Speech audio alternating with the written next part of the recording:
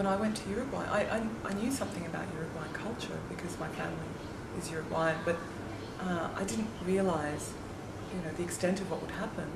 I lived in a shanty town, and in terms of gender and sexuality, my positionality as an unmarried woman living alone in a shanty town, even though I lived with a family, but I wasn't there with a husband or a partner, meant something, and it meant that I was available, and that I most likely wanted to have a Uruguayan husband, and then there was the expectation that then I would take that Uruguayan husband to Australia, and so I became embroiled in this awful situation where men were propositioning me, well, but you're single and you're here, and a good Uruguayan woman wouldn't be living in a shanty town alone. So obviously there was something about my situation that meant that I was looking.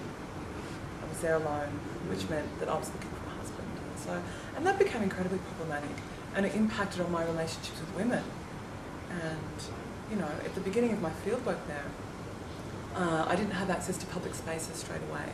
So I would hang around the streets and go to the local corner store and hang out under the trees in the sun, and try and interact with people. And then I noticed very quickly that men frequented those spaces and women didn't. They were always in the home. And so I started my fieldwork trying to, get access to people, and the only people I could get access to were men. So I became the enemy of the women as well.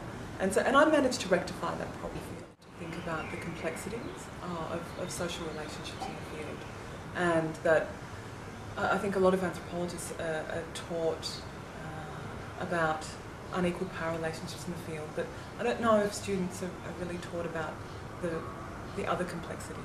So sure, obviously we enter the field, and to some degree, there are power relationships, and often we walk out of the field and we write a thesis or make our careers from telling other people's stories.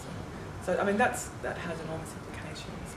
But I think that people aren't really prepared for the other complexities, and the fact that, like you said before, we enter the field and we're like children.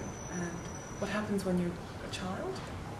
You look to other people to tell you how to be, how to act, and that also puts a lot of power in those people. So they actually have a lot of power in that situation, just like a parent has a lot of power over a child. And so I think that it's quite simplistic to tell students, well, we have a neo-colonial history, and you have to be very careful that, not to reproduce this, and so be very mindful of having power over your informants. I think that's quite simplistic.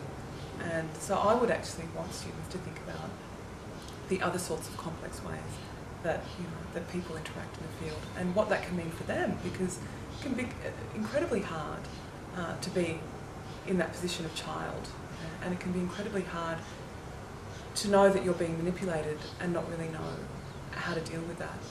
And they're the sorts of things I don't think students are really prepared for.